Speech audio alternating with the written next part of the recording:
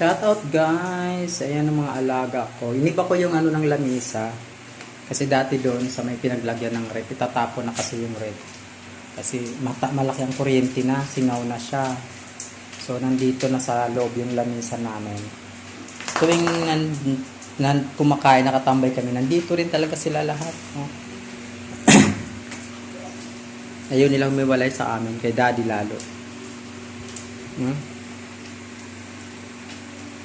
Laba!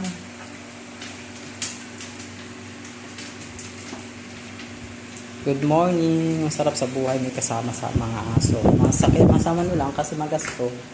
Pero pag gagawa ng paraan, walang posible po. Yan, mga kapatid.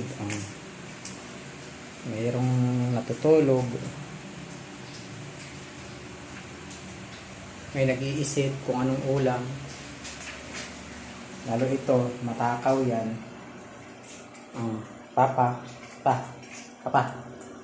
Yan ang tatay nila. Yan, anak yan ng kamukha.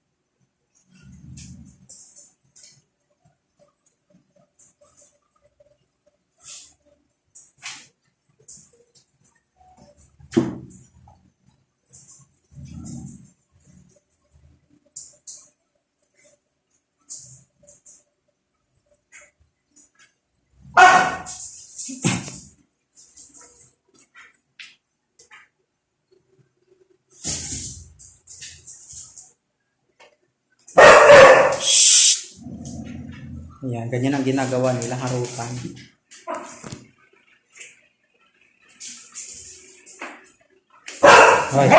Hoy.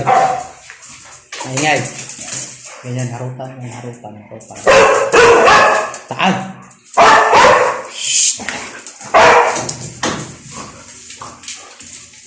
Tumbayan lang isa mamaya. Sige, tumbahin nyo na lang.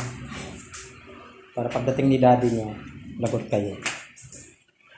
Ganyan yung alaga namin sa bahay. Hindi kami makaalis, hindi kasi dahil sa kanila, hindi sila pwede iwanan. Matumba yung electric pan. Mukhang.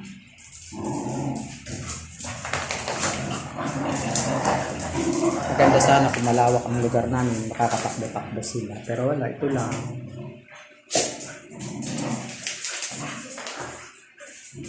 Hoy.